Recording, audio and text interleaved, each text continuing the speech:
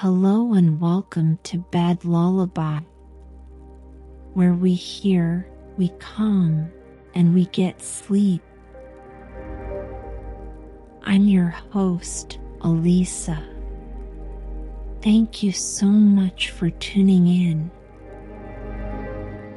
This is the second part of the story, and if you haven't heard the first part, there is a link in the description. Tonight, we'll begin a dreamy retelling of the classic tale, The Nutcracker and the Mouse King. It's a perfectly magical story to lead you into a good night's sleep. Let's just take a moment to settle in, release any tension, and embrace relaxation. Make yourself comfortable, and as you ease into stillness, let your breathing flow naturally, drawing out a little longer with each exhale. Focus on the soothing rhythm of your breath, letting it guide you into a calm and restful state.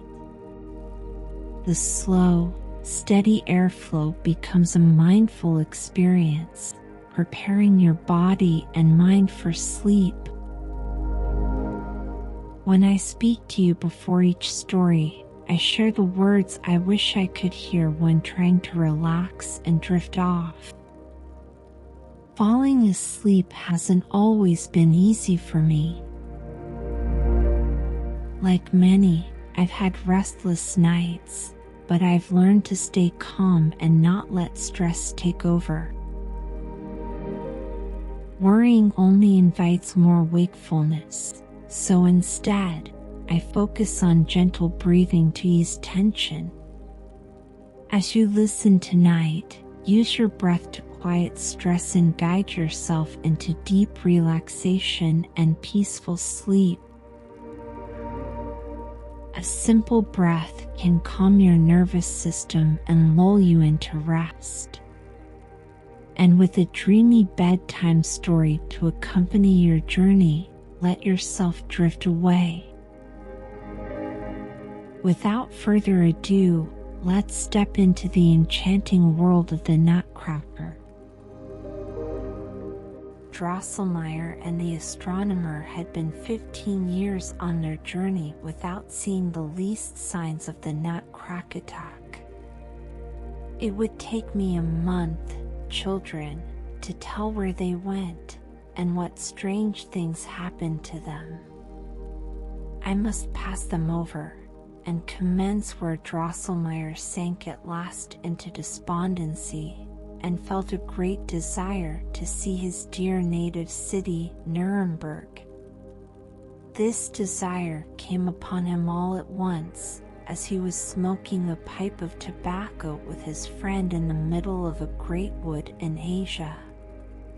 "Oh, sweet city," he cried, "sweet native city, sweet Nuremberg.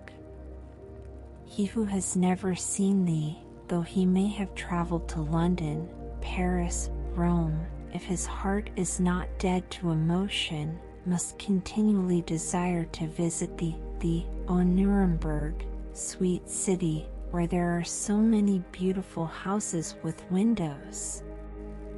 As Drosselmeyer grieved in such a sorrowful manner, the astronomer was moved with sympathy, and began to cry and howl so pitifully that it was heard far and wide through Asia.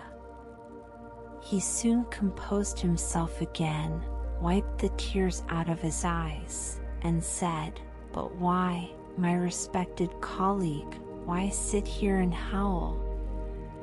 Why should we not go to Nuremberg?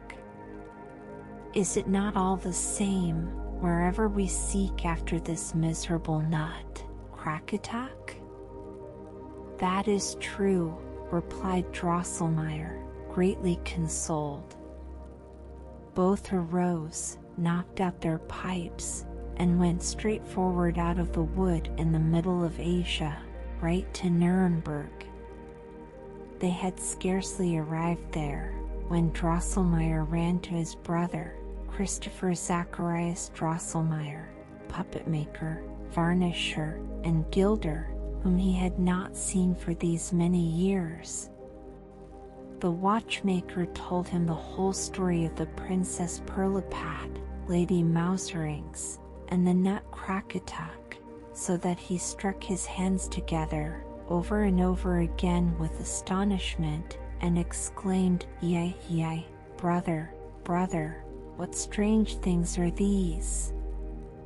Drosselmeyer then related the history of his travels, how he had passed 2 years with King Date, how coldly he had been received by Prince Almond, and how he had sought information to no purpose of the Natural Society in Squirrelberg. In short, how his search everywhere had been in vain to find even the least signs of the Nutcracker. During this account, Christopher Zacharias had often snapped his fingers, turned about on one foot, winked, laughed, clucked with his tongue, and then called out, "Hi, hem, yea, oh," if it should. At last, he tossed his hat and wig up in the air, clasped his brother round the neck, and cried, "Brother, brother, you are safe, safe, I say, for I must be wonderfully mistaken if I have not that Nutcracker at this very moment in my possession." He then drew a little box from his pocket, and took out of it a gilded nut of moderate size. "See," he said, "this nut fell into my hands in this way. Many years ago, a stranger came here at Christmas time with a sack full of nuts, which he offered for sale cheap. Just as he passed my shop, he got into a quarrel with a nut seller of this city, who did not like to see a stranger come hither to undersell him, and for this reason attacked him. The man put down his sack upon the ground, the better to defend himself, and at the same moment, a heavily laden wagon passed directly over it. All the nuts were cracked in pieces except this one, which the stranger, with a singular smile, offered me, for a bright dollar of the year 1720. I thought that strange, but as I found in my pocket just such $1 as the man wanted, I bought the nut, and gilded it over, without exactly knowing why I bought the nut so dear, or why I set so much store by it. All doubt whether this nut was actually the long-sought nut, Crackatuck, was instantly removed, when the astronomer was called, who carefully scraped off the gold, and found upon the rind the word Crackatuck, engraved in Chinese characters. The joy of the travelers was beyond bounds, and the brother the happiest man under the sun, for Drosselmeyer assured him that his fortune was made, since he would have a considerable pension for the rest of his days. And then there was the gold which had been scraped off. He might keep that for gilding. The mechanist and the astronomer had both put on their nightcaps, and were getting into bed as the latter commenced. "My worthy colleague, good fortune never comes single. Take my word for it, we have found, not only the Nutcracker, but also the young man who is to crack it, and hand the kernel to the princess. I mean nobody else than your brother's son. I cannot sleep, no, this very night I must cast the youth's horoscope." With these words, he threw the nightcap off his head, and began straightway to take an observation. The brother's son was in truth a handsome, well-grown young man, who had never been shaved, and who had never worn boots. In his early youth he had on Christmas nights gone around as a Merry Andrew, but this could not be seen in his behavior in the least, so well had his manners been formed by his father's care. On Christmas days he wore a handsome red coat trimmed with gold, a sword, a hat under his arm, and a curling wig. In this fine dress he would stand in his father's shop, and out of gallantry crack nuts for the young girls, for which reason he was called the handsome Nutcracker. On the following morning the astronomer was in raptures. He fell upon the mechanist's neck, and cried, "It is he, we have him, he is found." But there are two things, worthy colleague, which we must see to. In the first place, we must braid for your excellent nephew a stout wooden queue, which shall be joined in such a way to his lower jaw, that it can move it with great force. In the next place, when we arrive at the king's palace, we must let no one know that we have brought the young man with us who is to crack the Nutcracker. It is best that he should not be found for a long time. I read in his horoscope that after many young men have broken their teeth to no purpose, the king will promise to him who cracks the nut and restores to the princess her lost beauty, the princess herself, and the succession to the throne as a reward. His brother, the puppet maker, was highly delighted to think that his son might marry the Princess Pirlipat and become a prince and king, and he gave him up entirely into the hands of the two travelers. The queue which Drosselmeyer fastened upon his young and hopeful nephew answered admirably, so that he made a series of the most successful experiments, even upon the hardest peach stones.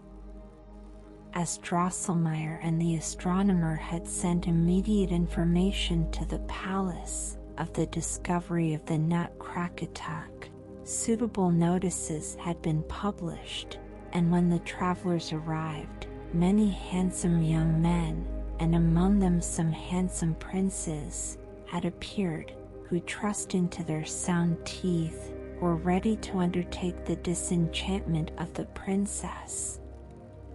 The travelers were not a little terrified when they beheld the princess again.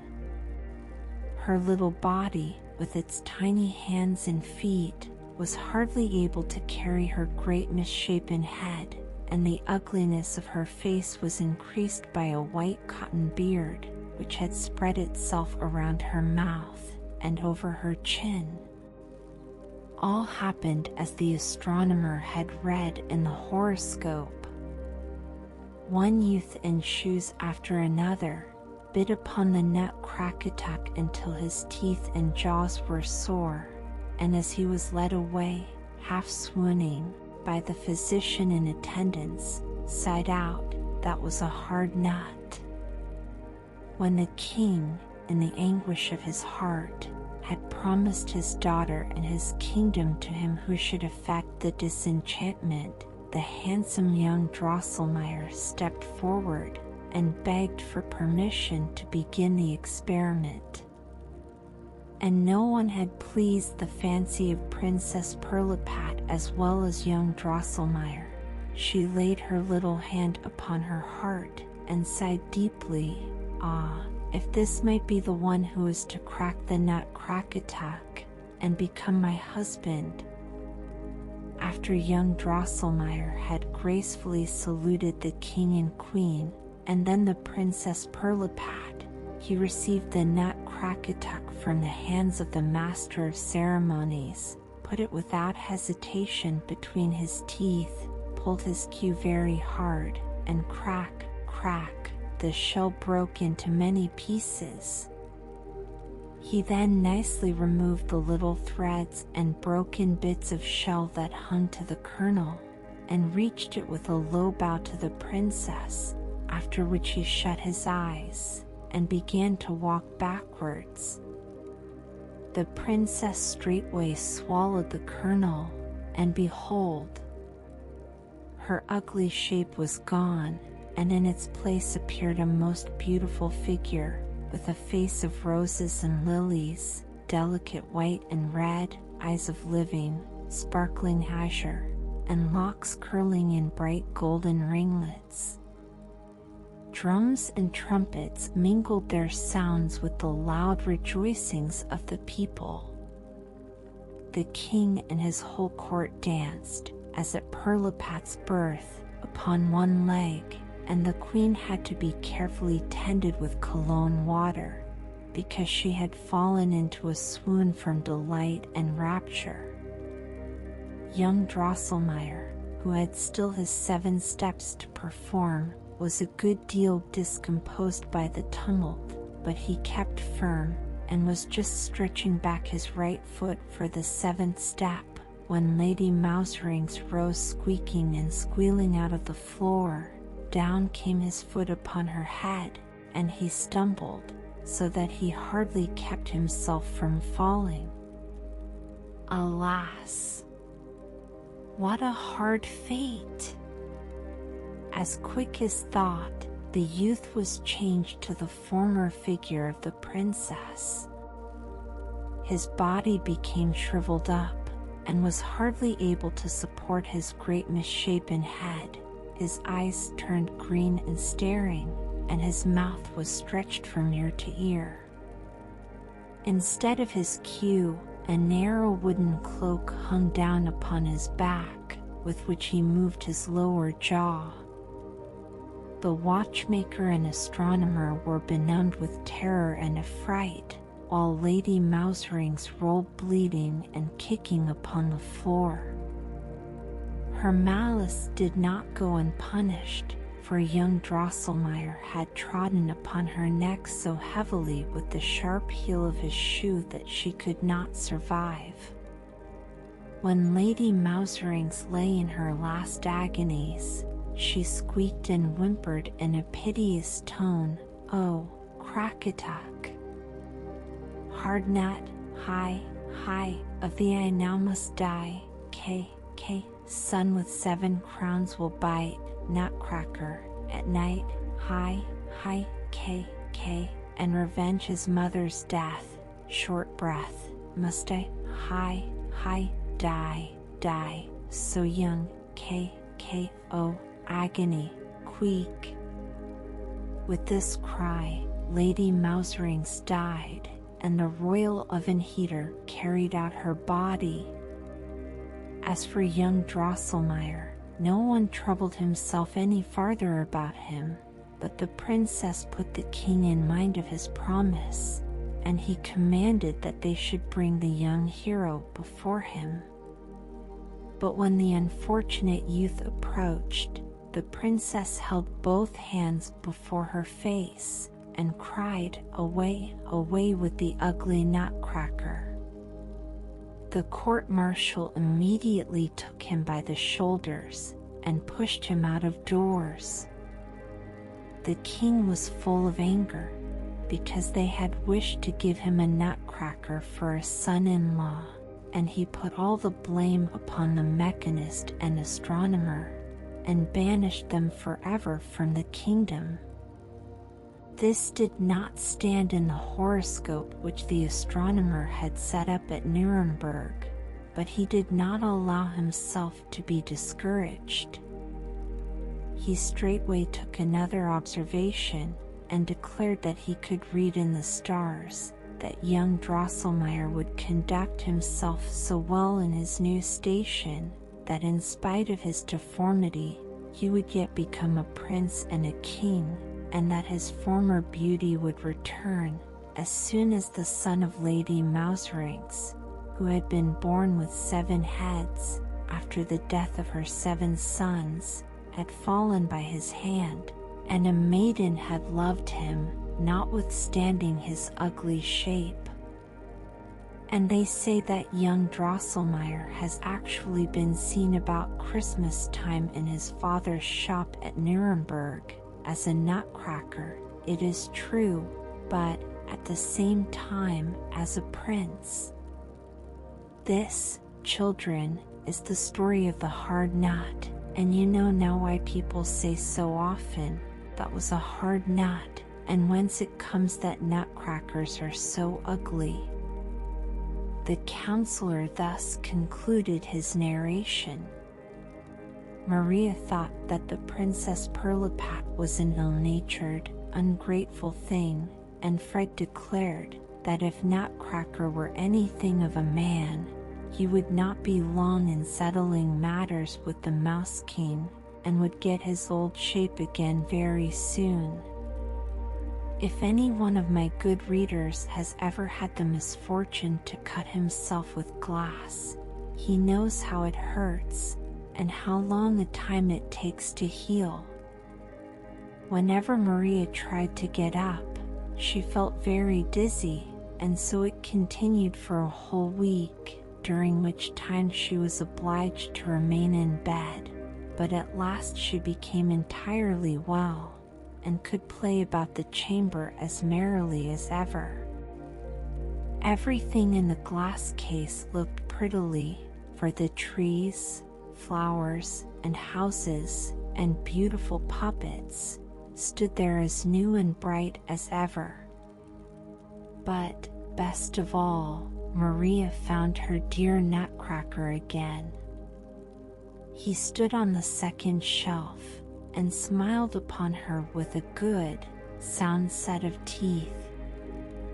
In the midst of all the pleasure which she felt in gazing at her favorite, a pang went through her heart when she thought that Godfather Drosselmeyer's story had been nothing else but the history of the Nutcracker, and of his quarrel with Lady Mouserings and her son.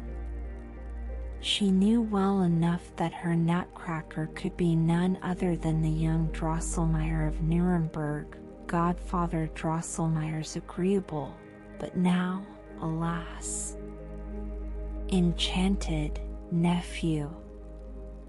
For, that the skillful watchmaker at the court of Pirlipat's father was the Councillor Drosselmeyer himself, she did not doubt for an instant, even while he was telling the story.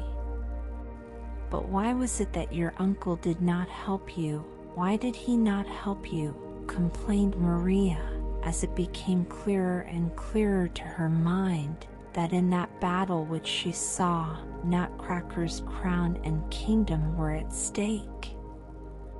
Were not all the other puppets subject to him, and is it not plain that the prophecy of the astronomer has been fulfilled, and that young Drosselmeyer is prince and king of the puppets? While the shrewd Maria explained and arranged all this so well in her mind, she believed, since she had seen Nutcracker and his vassals in life and motion, that they actually did live and move. But that was not so. Everything in the glass case remained stiff and lifeless, yet Maria, far from giving up her conviction, cast all the blame upon the magic of Lady Mouserings and her seven-headed son.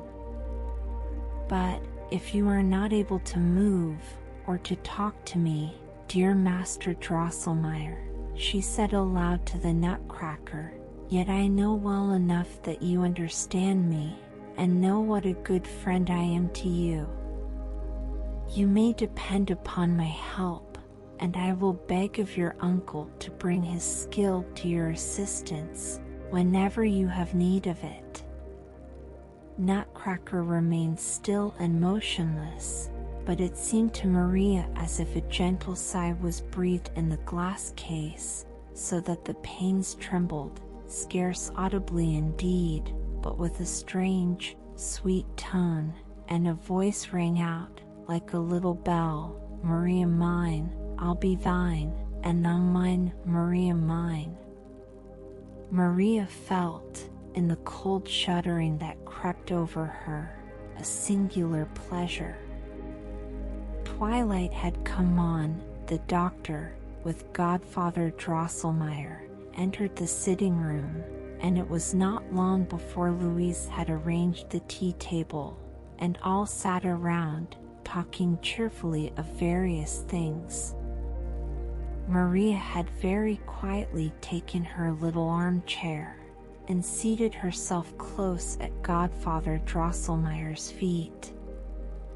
During a moment when they were all silent, she looked up with her large blue eyes in the counselor's face and said, "I know, dear Godfather Drosselmeyer, that my Nutcracker is your nephew, the young Drosselmeyer of Nuremberg, and he has become a prince, or king rather, as your companion, the astronomer, foretold.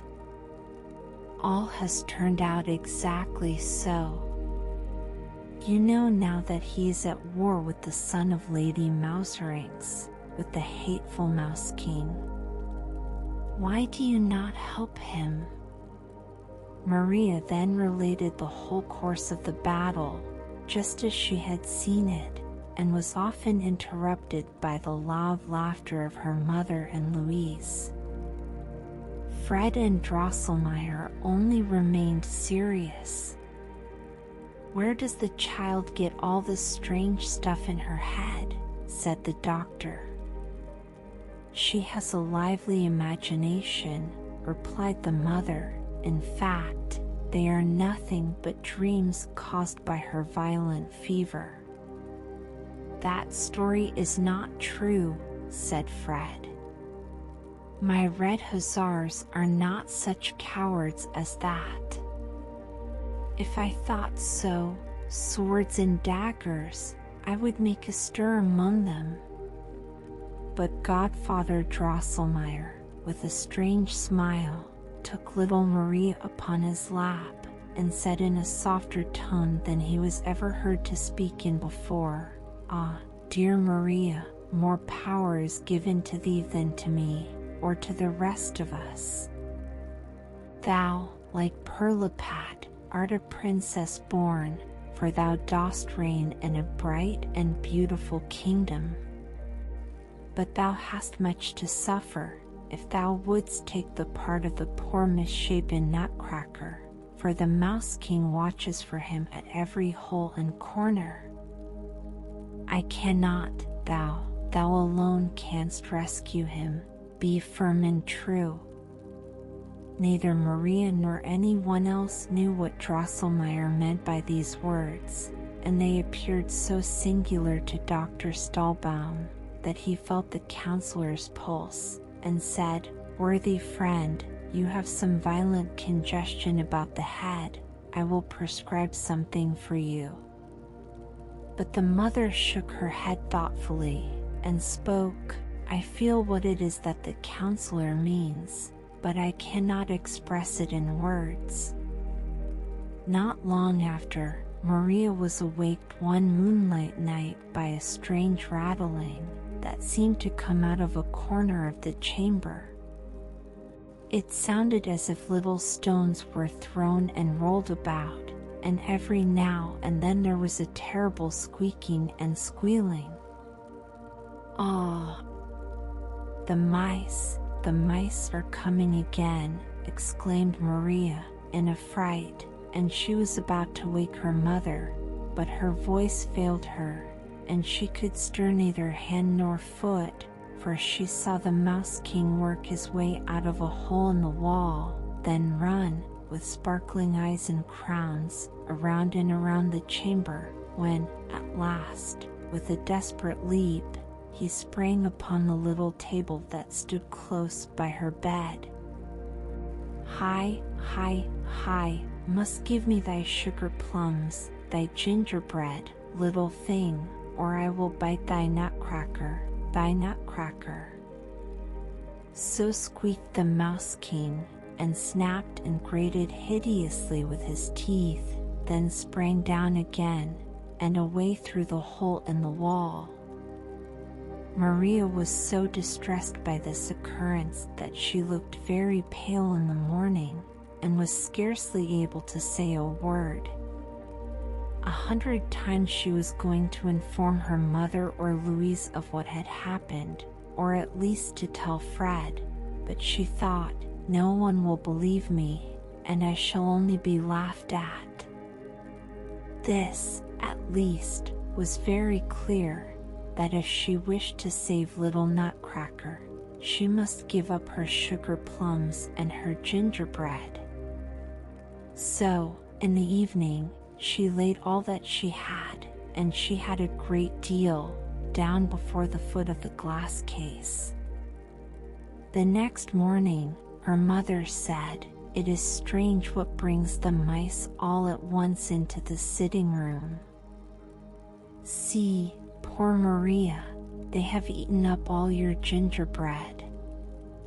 And so it was. The ravenous Mouse King had not found the sugar plums exactly to his taste, but he had gnawed them with his sharp teeth, so that they had to be thrown away.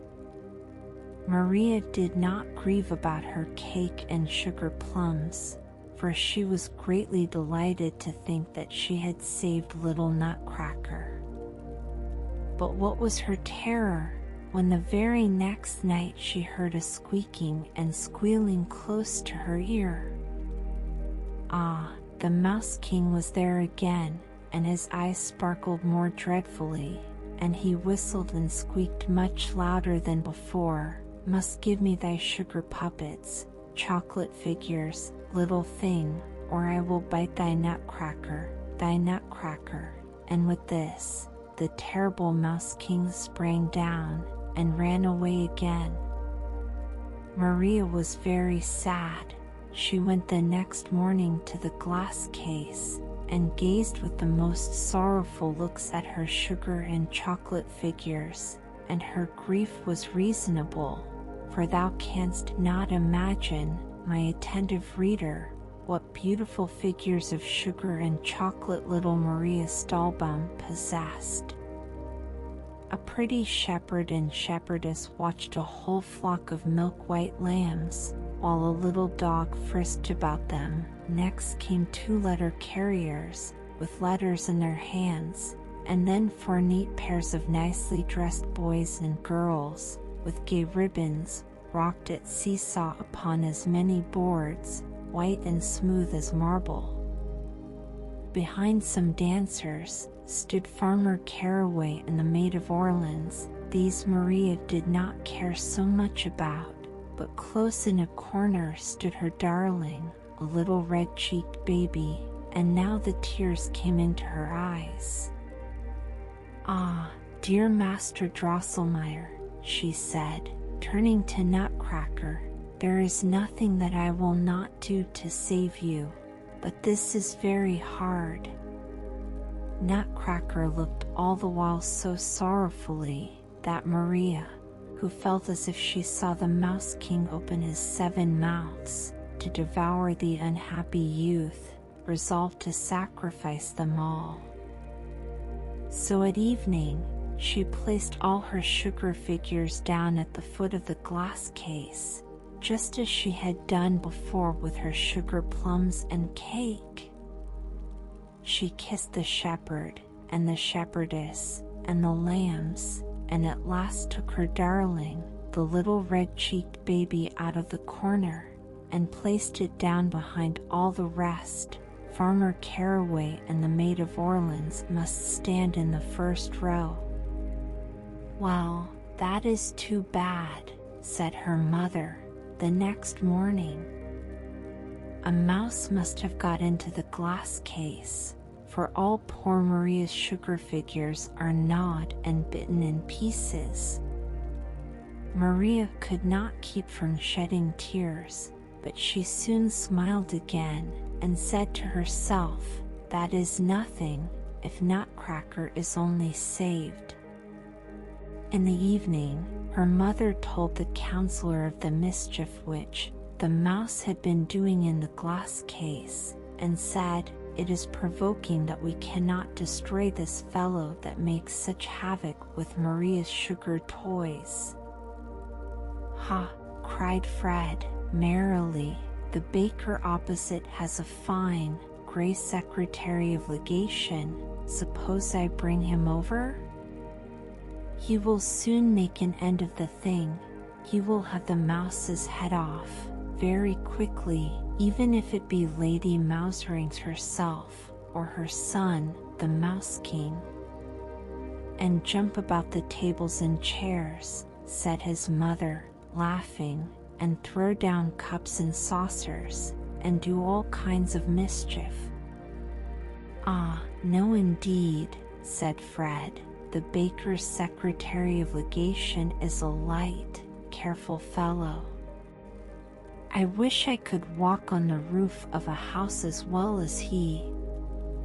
"Let us have no cats in the night," said Louise, who could not bear them. "Fred's plan is the best," said the doctor, "but we will try a trap first." "Have we got one?" "Godfather Drosselmeyer can make them best," said Fred, "for he invented them." All laughed, and when the mother said that there was no mousetrap in the house, the counselor assured her that he had a number in his possession, and immediately sent for one. In a short time it was brought, and a very excellent mousetrap it seemed to be. The story of the hard nut now came vividly to the minds of the children. As the cook toasted the fat, Maria shook and trembled. Her head was full of the story and its wonders, and she said to her old friend Dora, "Ah, great queen, take care of Lady Mouserings and her family." But Fred had drawn his sword and cried, "Let them come on, let them come on. I will scatter them." But all remained still and quiet under the hearth. As the counselor tied the fat to a fine piece of thread, and set the trap softly, softly down by the glass case, Fred cried out, "Take care, Godfather Mechanist, or Mouse King will play you a trick." Ah, but what a night did Maria pass!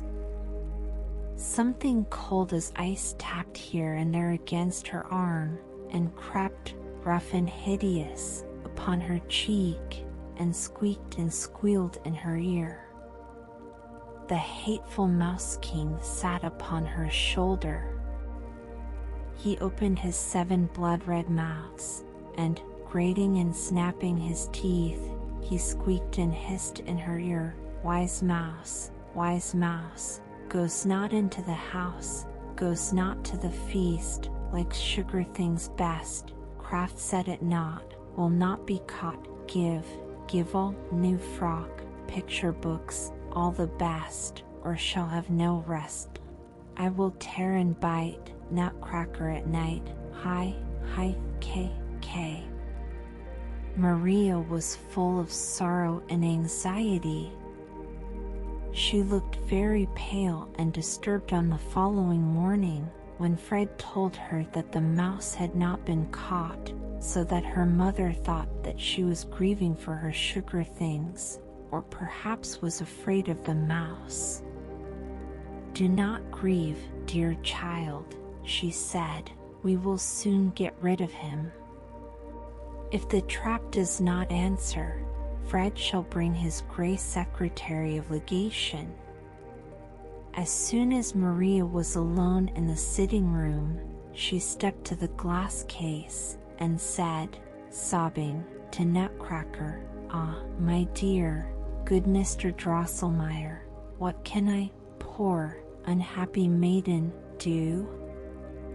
For, if I should give up all my picture books, and even my new, beautiful frock, to the hateful mouse, he will ask more and more. And, when I have nothing left to give him, he will at last want me, instead of you, to bite in pieces." As little Maria grieved and sorrowed in this way, she observed a large spot of blood on Nutcracker's neck, which had been there ever since the battle.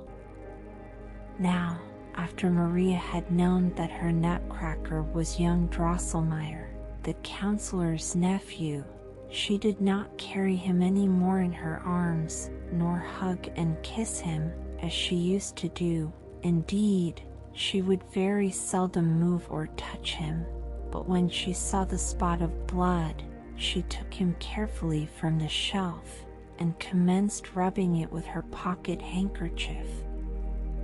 But what was her astonishment, when she felt that he suddenly grew warm in her hand, and began to move. She put him quickly back upon the shelf again, when, behold, his little mouth began to work and twist, and move up and down, and at last, with a great deal of labor, he lisped out, "Ah, dearest, best Miss Stahlbaum, excellent friend, how shall I thank you? No picture books, no Christmas frock, get me a sword, a sword. For the rest, Here speech left him, and his eyes, which had begun to express the deepest sympathy, became staring and motionless. Maria did not feel the least terror. On the contrary, she leaped for joy, for she had now found a way to rescue Nutcracker without any more painful sacrifices. But where should she obtain a sword for him?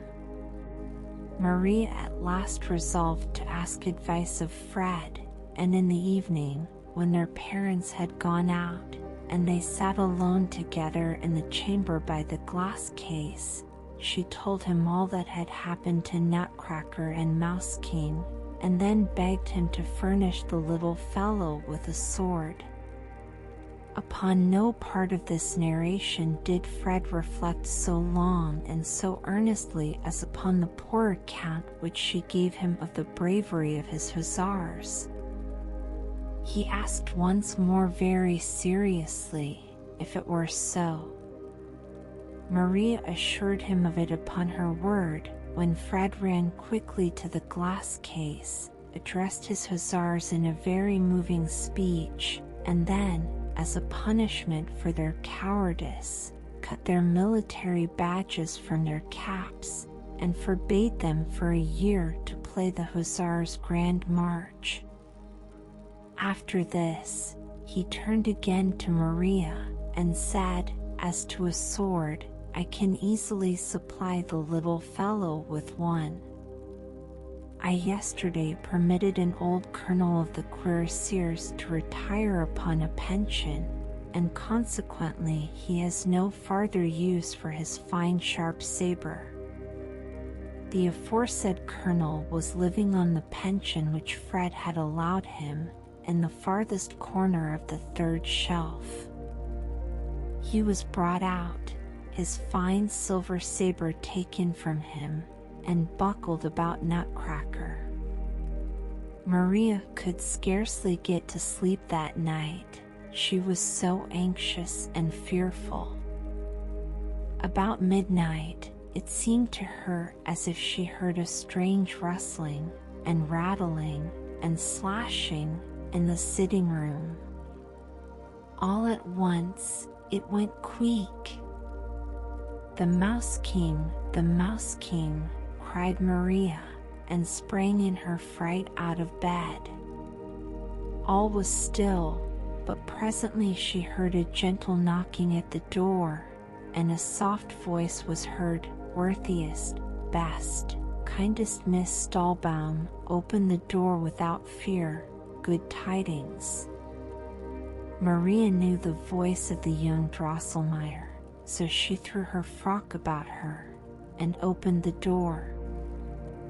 Little Nutcracker stood without, with a bloody sword in his right hand, and a wax taper in his left. As soon as he saw Maria, he bent down on one knee, and said, "You, O lady, you alone it was, that filled me with knightly courage, and gave this arm strength to contend with the presumptuous foe who dared to disturb your slumber. The treacherous Mouse King is overcome, he lies bathed in his blood. Scorn not to receive the tokens of victory from a knight who will remain devoted to your service until death."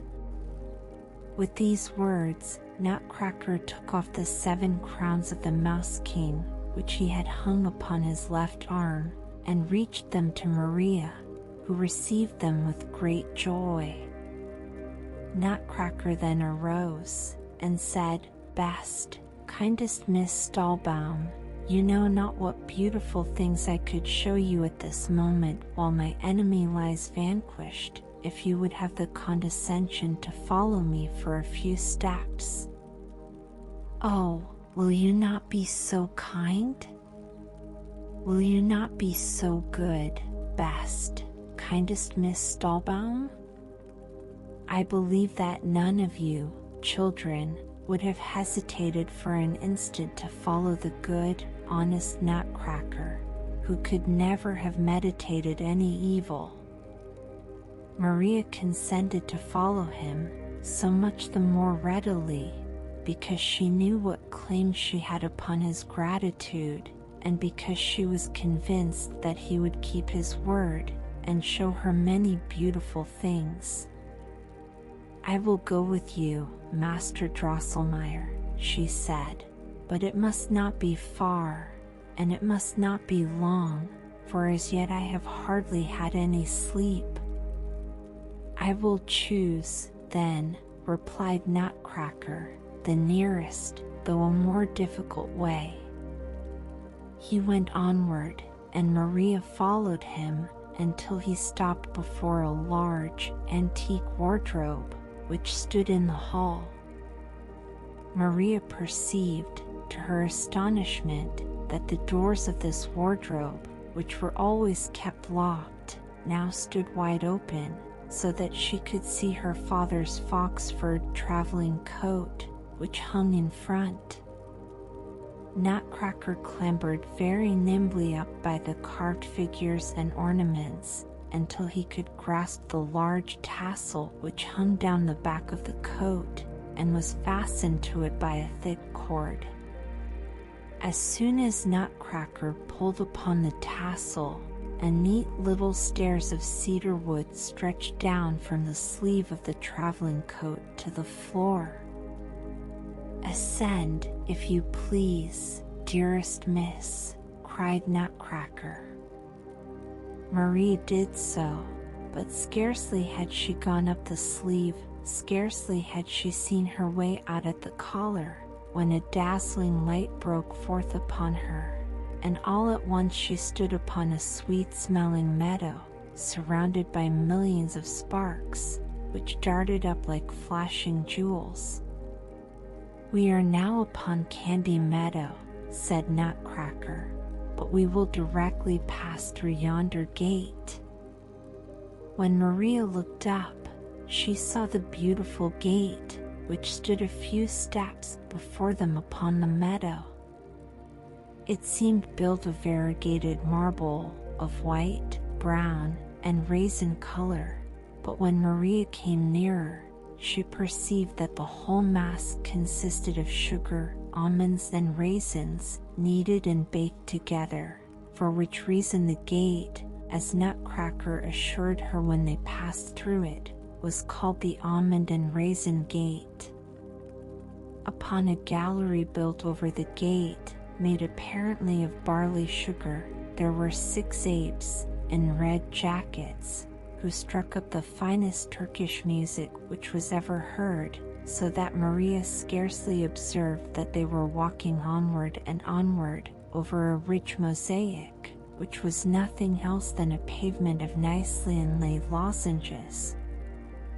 Very soon the sweetest odors streamed around them, which were wafted from a wonderful little wood that opened on each side before them. There it shone and sparkled so, among the dark leaves, that the golden and silvery fruit could plainly be seen hanging from their gaily colored stems, while the trunks and branches were ornamented with ribbons and nosegays, and when the orange perfume stirred and moved like a soft breeze, how it rustled among the boughs and leaves, and the golden fruit rocked and rattled in merry music, to which the bright, dancing sparkles kept time. "Ah, how delightful it is here!" cried Maria, entranced in happiness. "We are in Christmas Wood, best miss," said Nutcracker. "Ah, if I could but linger here a while," cried Maria. "Oh, it is too charming." Nutcracker clapped his hands, and some little shepherds and shepherdesses, and hunters and huntresses came near, who were so delicate and white that they seemed made of pure sugar. They brought a dainty little armchair, all of gold, laid upon it a green cushion of candied citron, and invited Maria very politely to sit down. She did so, and immediately the shepherds and shepherdesses danced a very pretty ballet, while the hunters very obligingly blew their horns, and then all disappeared again in the bushes. Pardon, kindest Miss Stallbaum," said Nutcracker. "The dance was miserably performed, but the people all belong to our company of wire dancers, and they can do nothing but the same thing. They are deficient in variety." And the hunters blew so dull and lazily. "But shall we not walk a little farther?" "Ah, it was all very pretty, and pleased me very much," said Maria, as she rose, and followed Nutcracker. They now walked along by a soft, rustling brook, out of which all the sweet perfumes seemed to arise which filled the whole wood.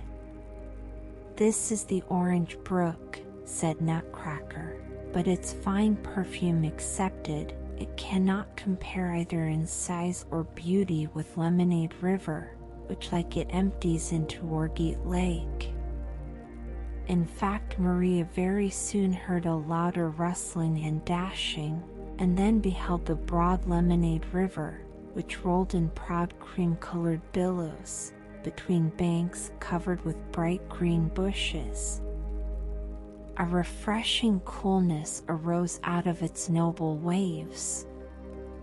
Not far off, a dark yellow stream dragged itself lazily along, but it gave forth a very sweet odor, and a great number of little children sat on the shore angling for little fish, which they ate up as soon as caught. When Maria came nearer, she observed that these fish were shaped almost like peanuts. At a distance there was a very neat little village. On the borders of this stream, houses, churches, parsonages, barns, were all dark brown, but many of the roofs were gilded, and some of the walls were painted so strangely that it seemed as if little sugar plums and bits of citron were stuck upon them. "That is Gingerbreadville," said Nutcracker, "which lies on Molasses River. Very pretty people live in it, but they are a little ill-tempered, because they suffer a good deal from the toothache, and so we will not visit it." At this moment Maria observed a little town in which the houses were clear and transparent, and of different colors, which was a very pretty sight to look at.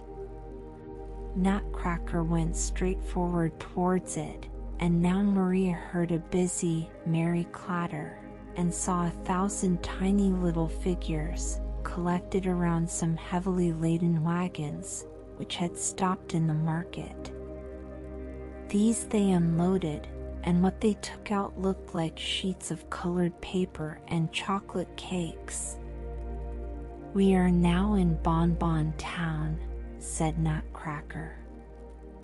"An importation has just arrived from Paperland and from King Chocolate.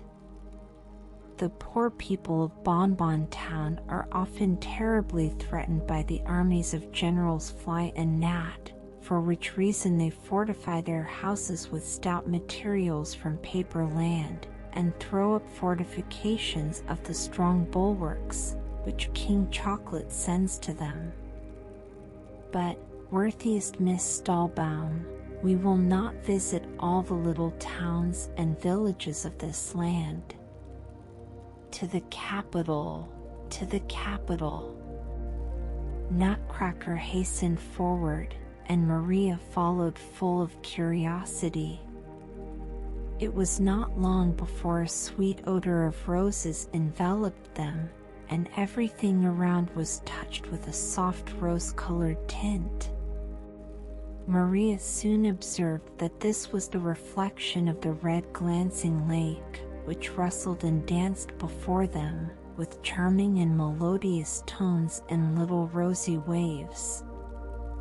Beautiful silver-white swans with golden collars swam over the lake singing sweet tunes, while little diamond fish dipped up and down in the rosy water, as if in the merriest dance. "Ah," exclaimed Maria, ardently, "this is then the lake which Godfather Drosselmeyer was once going to make for me, and I myself am the maiden who is to fondle and caress the dear swans." Nutcracker laughed in a scornful manner, such as Maria had never observed in him before, and then said, "Godfather Drosselmeyer can never make anything like this. You yourself, rather, sweetest Miss Stallbaum, but we will not trouble our heads about that. Let us sail across the Rose Lake to the capital." Nutcracker clapped his little hands together again. When the Rose Lake began to dash louder, the waves rolled higher, and Maria perceived a car of shells, covered with bright, sparkling, gay-colored jewels, moving toward them in the distance, drawn by 2 golden-scaled dolphins. 12 of the loveliest little Moors, with caps and aprons braided of hummingbirds' feathers, leaped upon the shore, and carried, first Maria, and then Nutcracker, with a soft, gliding step over the waves, and placed them in the car, which straightway began to move across the lake. Ah, how delightful it was as Maria sailed along, with the rosy air and the rosy waves breathing and dashing around her.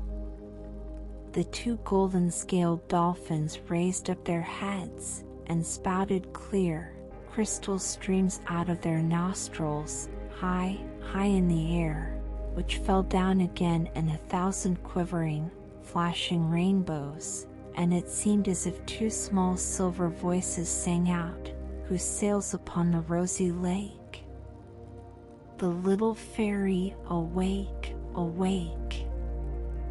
Music and song, bim bim, fishes, sim sim, swans, tweet tweet, birds, whiz whiz, breezes, rustling, ringing, singing, blowing, a fairy o'er the waves is going. Rosy billows, murmuring, playing, dashing, cooling the air, roll along, along.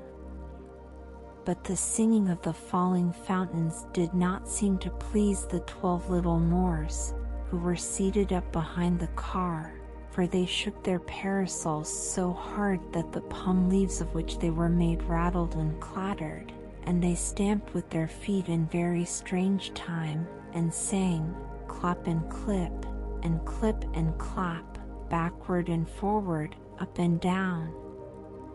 "Moors are a merry folk," said Nutcracker, somewhat disturbed, "but they will make the whole lake rebellious." And very soon there arose a confused din of strange voices, which seemed to float in the sea and in the air, but Maria did not heed them, for she was gazing in the sweet-scented, rosy waves, out of which the face of a charming little maiden smiled up upon her. "Ah," she cried joyfully, and struck her hands together. "Look, look, dear Master Drosselmeyer. There is the Princess Pirlipat down in the water. Oh, how sweetly she smiles upon me." Nutcracker sighed quite sorrowfully, and said, "Oh, kindest Miss Stahlbaum, that is not the Princess Pirlipat, it is you, it is your own lovely face that smiles so sweetly out of the rose lake." Upon this, Maria drew her head back very quickly, put her hands before her face, and blushed very much. At this moment, she was lifted out of the car by the 12 Moors, and carried to the shore. They now found themselves in a little thicket, which was perhaps more beautiful even than the Christmas wood, it was so bright and sparkling. What was most wonderful in it were the strange fruits that hung upon the trees, which were not only curiously colored, but gave out also every kind of sweet odor. "We are in Sweetmeat Grove," said Nutcracker, "but yonder is the capital. And what a sight! How can I venture, children, to describe the beauty and splendor of the city which now displayed itself to Maria's eyes, upon the broad, flowery meadow before them? Not only did the walls and towers glitter with the gayest colors, but the style of the buildings was like nothing else that is to be found in the world. Instead of roofs, the houses had diadems set upon them, braided and twisted in the daintiest manner, and the towers were crowned with variegated trellis work, and hung with festoons the most beautiful that ever were seen.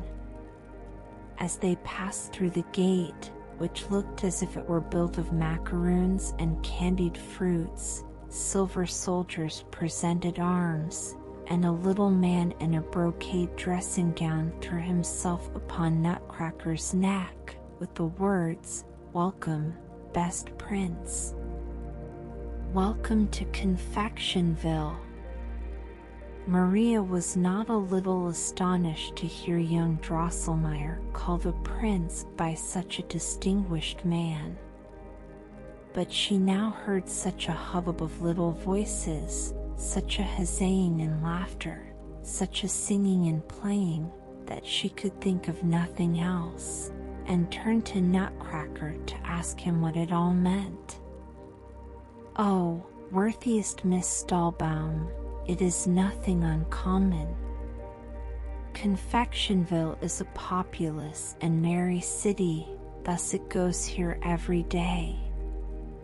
Let us walk farther, if you please." They had only gone a few steps when they came to the great marketplace, which presented a wonderful sight.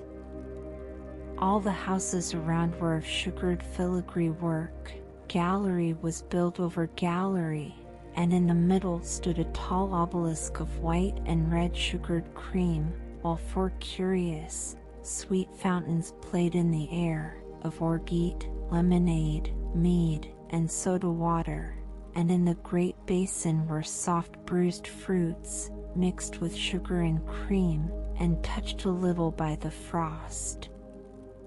But prettier than all this were the charming little people, who, by thousands, pushed and squeezed, knocked their heads together, huzzaed, laughed, jested, and sang, who had raised indeed that merry din which Maria had heard at a distance. Here were beautifully dressed men and women, Armenians and Greeks, Jews and Tyrolese, officers and soldiers, preachers, shepherds, and harlequins, in short, all the people that can possibly be found in the world. On one corner the tumult increased, the people rocked and reeled to clear the way, for just at that moment the Grand Mogul was carried by in a palanquin, attended by 93 grandees of the kingdom and 700 slaves. Now, on the opposite corner, the fishermen, 500 strong, were marching in procession, and it happened, very unfortunately, that the Grand Turk took it into his head just then to ride over the marketplace with 3,000 janissaries, besides which a loner train came from the festival of sacrifices, with sounding music, singing, up, and thanked the mighty sun, and pushed straight on for the obelisk. Then what a squeezing, and a pushing, and a rattling, and a clattering. By and by, a screaming was heard, for a fisherman had knocked off a Brahmin's head in the crowd, and the great mogul was almost run over by a harlequin. The tumult grew wilder and wilder, and they had commenced to beat and strike each other, when the man in the brocade dressing gown, who had called Nutcracker a prince at the gate, clambered up by the obelisk, and having thrice pulled a little bell, called out 3 times, "Confessor! Confessor! Confessor!" The tumult was immediately appeased. Each one tried to help himself as well as he could, and, after the confused trains and processions were set in order, and the dirt upon the great mogul's clothes was brushed off, and the Brahmin's head put on again, the former hubbub began anew. "What do they mean by confessor, good Master Drosselmeyer?" asked Maria. "Ah, best Miss Stahlbaum," replied Nutcracker, "by confessor is meant an unknown but very fearful power, which they believe can do with them as he pleases. It is the fate that rules over this merry little people, and they fear it so much, that the mere mention of the name is able to still the greatest tumult. Each one then thinks no longer of anything earthly, of cuffs, and kicks, and broken heads, but retires within himself, and says, 'What are we, and what is our destiny?'" Maria could not refrain from a loud exclamation of surprise and wonder, as all at once they stood before a castle glimmering with rosy light, and crowned with 100 airy towers. Beautiful nosegays of violets, narcissuses, tulips, and dahlias were hung about the walls, and their dark, glowing colors only heightened the dazzling, rose-tinted, white ground upon which they were fastened. The large cupola of the center building and the sloping roofs of the towers were spangled with 1,000 gold and silver stars. "We are now in front of Marchpane Castle," said Nutcracker. Maria was completely lost in admiration of this magic palace, yet it did not escape her that one of the large towers was without a roof, while little men were moving around it upon a scaffolding of cinnamon, as if busied in repairing it. But before she had time to inquire about it, Nutcracker continued, "Not long ago, this beautiful castle was threatened with serious injury, if not with entire destruction. The giant Sweet Tooth came this way, and bit off the roof of yonder tower, and was gnawing upon the great cupola, when the people of Confectionville gave up to him a full quarter of the city, and a considerable portion of Sweetmeat Grove, as tribute, with which he contented himself, and went his way." At this moment soft music was heard, the doors of the palace opened, and 12 little pages marched out with lighted cloves, which they carried in their hands like torches.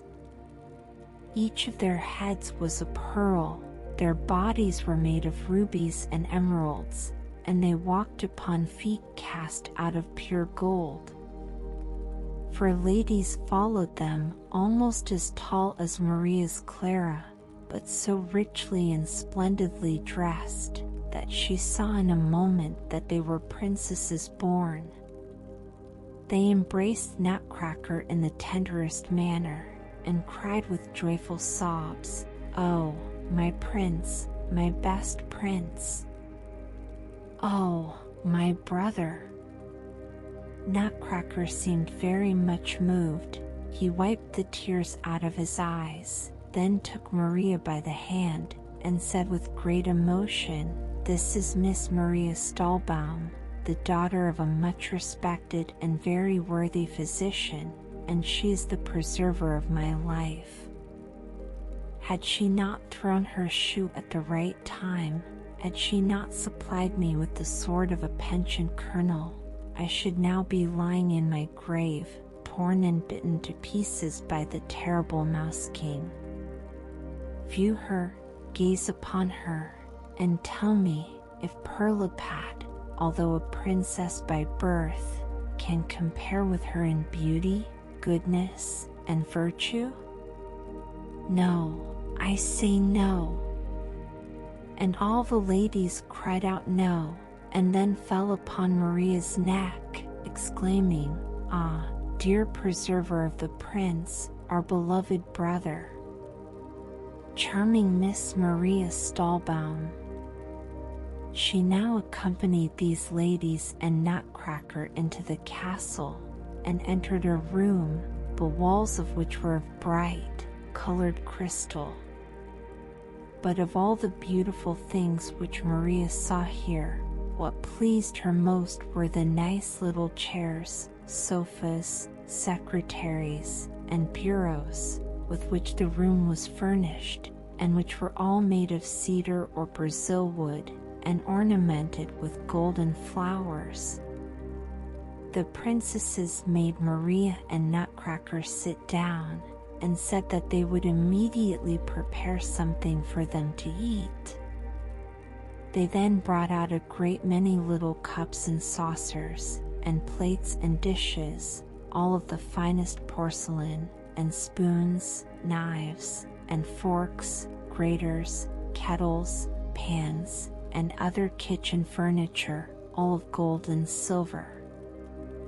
Then they brought the finest fruits and sugar things, such as Maria had never seen before, and began in the nicest manner to squeeze the fruits with their little snow-white hands, and to pound the spice, and grate the sugar almonds, in short, so to turn and handle everything, that Maria could see how well the princesses had been brought up, and what a delicious meal they were preparing. As she desired very much to learn such things, she could not help wishing to herself that she might assist the princesses in their labor. The most beautiful of Nutcracker's sisters, as if she had guessed Maria's secret thoughts, reached her a little golden mortar, saying, "Oh, sweet friend, dear preserver of my brother, will you not pound a little of this sugar candy?" While Maria pounded in the mortar, Nutcracker began to give a full account of his adventures, of the dreadful battle between his army and that of the Mouse King, and how he had lost it by the cowardice of his troops, how the terrible Mouse King lay in wait to bite him in pieces, and how Maria, to preserve him, gave up many of his subjects, who had entered her service, and all just as it had happened. During this narration, it seemed to Maria as if his words became less and less audible, and the pounding of her mortar also sounded more and more distant, until she could scarcely hear it. Presently, she saw a silver gauze before her, in which the princesses, the pages, Nutcracker, and herself, too, were all enveloped. A singular humming, and rustling, and singing was heard, which seemed to die away in the distance, and now Maria was raised up, as if upon mounting waves, higher and higher, higher and higher, higher and higher.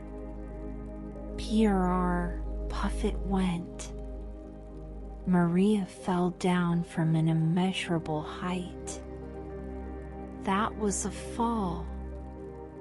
But she opened her eyes, and there she lay upon her little bed.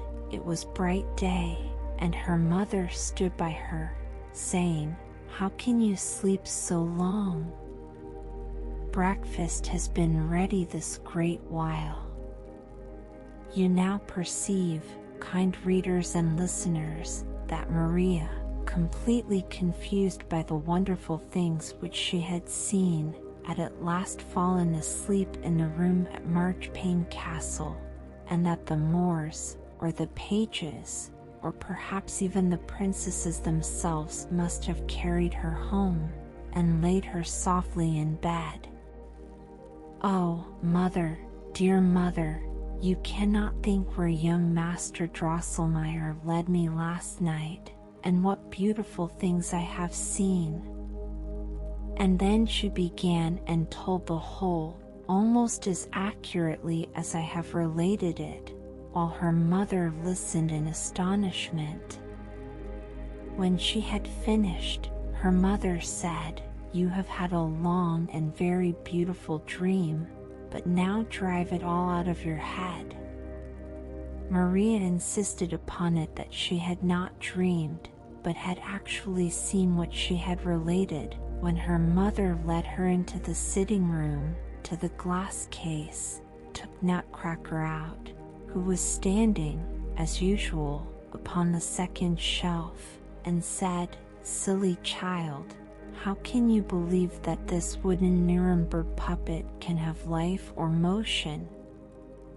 "But, dear mother," replied Maria, "I know little Nutcracker is young Master Drosselmeyer, of Nuremberg, Godfather Drosselmeyer's nephew." Then her father and mother both laughed very heartily. "Ah, dear father," said Maria, almost crying, "you should not laugh so at my Nutcracker. He has spoken very well of you, for when we entered Marchpane Castle, and he presented me to his sisters, the princesses, he said that you were a much respected and very worthy physician." At this the laughter was still louder, and Louise, and even Fred, joined in. Maria then ran into the other chamber, took the 7 crowns of the Mouse King out of her little box, brought them in, and handed them to her mother, saying, "See here, dear mother, here are the 7 crowns of the Mouse King, which young Master Drosselmeyer gave me last night, as a token of his victory." Her mother examined the little crowns in great astonishment. They were made of a strange but very shining metal, and were so delicately worked that it seemed impossible that mortal hands could have formed them. Her father, likewise, could not gaze enough at them, and he insisted very seriously that Maria should confess how she obtained them. But she could give no other account of them, and kept firm to what she had said, and, as her father spoke very harshly to her, and even called her a little storyteller, she began to cry bitterly, and said, "Oh, what then shall I say?" At this moment the door opened. The counselor entered, and exclaimed, "What's this? What's this?" The doctor told him of all that had happened, and showed him the little crowns. As soon as the counselor cast his eyes on them, he laughed and cried, "Stupid pack, stupid pack! These are the very crowns which I used to wear on my watch chain years ago, and which I gave to little Maria on her birthday when she was 2 years old. Don't you remember them?" Neither father nor mother could remember them, But when Maria saw that her parents had forgotten their anger, she ran to Godfather Drosselmeyer and said, "Ah, you know all about it, Godfather Drosselmeyer. Tell them yourself that my Nutcracker is your nephew, young Master Drosselmeyer of Nuremberg, and that it was he who gave me the crowns." The counselor's face turned very dark and grave, and he muttered, "Stupid pack, stupid pack." Upon this, the doctor took little Maria upon his knee and said very seriously, "Listen to me, Maria. Once for all, drive your foolish dreams and nonsense out of your head. If I ever hear you say again that the silly, ugly Nutcracker is the nephew of your godfather Drosselmeyer, I will throw him out of the window, and all the rest of your puppets, Miss Clara not excepted." Poor Maria durst not now speak of all these wonders, but she thought so much the more. Her whole soul was full of them, for you may imagine that things so fine and beautiful as those which she had seen are not easily forgotten. Even Fred turned his back upon his sister whenever she spoke of the wonderful kingdom in which she had been so happy, and it is said that he sometimes would mutter between his teeth, "Silly goose." But that I can hardly believe of so amiable and good-natured a fellow. This is certain, however, he no longer believed a word of what Maria had told him. He made a formal apology to his hussars, on public parade, for the injustice which he had done them, stuck in their caps feathers of goose quill, much finer and taller than those of which they had been deprived, and permitted them again to blow the hussars' grand march. Ah, ha! We know best how it stood with their courage when those hateful balls spotted their red coats. Maria was not allowed, then, to speak any more of her adventures, but the images of that wonderful fairy kingdom played about her in sweet, rustling tones. She could bring them all back again whenever she fixed her thoughts steadfastly upon them, and hence it came that, instead of playing, as she formerly did, she would sit silent and thoughtful, musing within herself, for which reason the rest would often scold her and call her a little dreamer.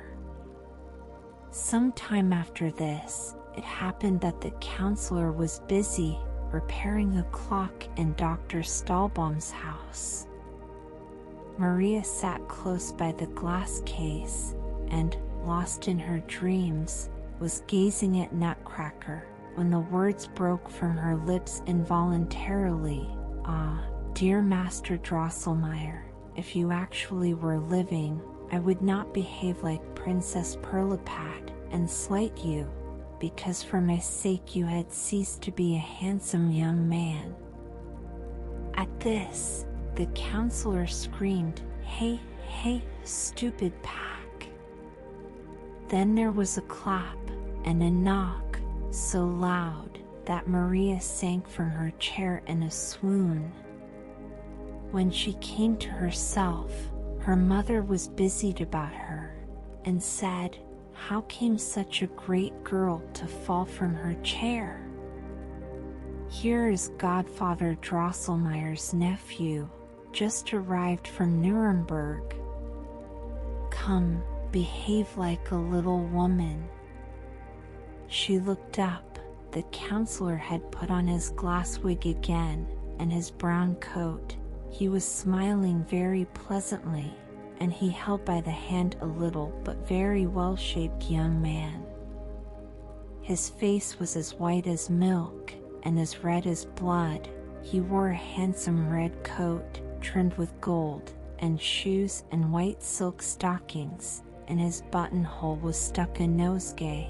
His hair was nicely powdered and curled, and down his back there hung a magnificent queue. The sword by his side seemed to be made of nothing but jewels. It flashed and sparkled so brightly, and the little hat which he carried under his arm looked as if it were overlaid with soft, silken flakes. It very soon appeared how polite and well-bred the young man was, for he had brought Maria a great many handsome playthings, the nicest gingerbread, and the same sugar figures which the Mouse King had bitten to pieces, and for Fred he had brought a splendid saber. At table, the little fellow cracked nuts for the whole company. The hardest could not resist him. With the right hand he put them in his mouth, with the left he pulled hard upon his queue, and crack, the nut fell in pieces. Maria had turned very red when she first saw the handsome young man, and she became still redder when, after dinner, young Drosselmeyer invited her to go with him into the sitting room to the glass case. "Play prettily together, children, I have nothing against it, since all my clocks are going," cried the counselor. Scarcely was Maria alone with young Drosselmeyer, when he stooped upon one knee, and said, "Oh, my very best Miss Stahlbaum, you see here at your feet the happy Drosselmeyer, whose life you saved on this very spot. You said most amiably that you would not slight me, like the hateful Princess Pirlipat, if I had become ugly for your sake. From that moment, I ceased to be a miserable Nutcracker, and resumed again my old, and, I hope, not disagreeable, figure. Oh, excellent Miss Stahlbaum, make me happy with your dear hand, share with me crown and kingdom, rule with me in Marchpane Castle, for there I am still king." Maria raised the youth, and said softly, "Dear Master Drosselmeyer, you are a kind, good-natured young man, and, since you rule in such a charming land, among such pretty, merry people, I will be your bride." With this, Maria immediately became Drosselmeyer's betrothed bride. After a year and a day, he came, as I have heard, and carried her away in a golden chariot, drawn by silver horses. There danced at the wedding 20,000 of the most splendid figures, adorned with pearls and diamonds, and Maria, it is said, is at this hour queen of a land where sparkling Christmas woods, transparent Marchpane castles, in short, where the most beautiful, the most wonderful things can be seen by those who will only have eyes for them.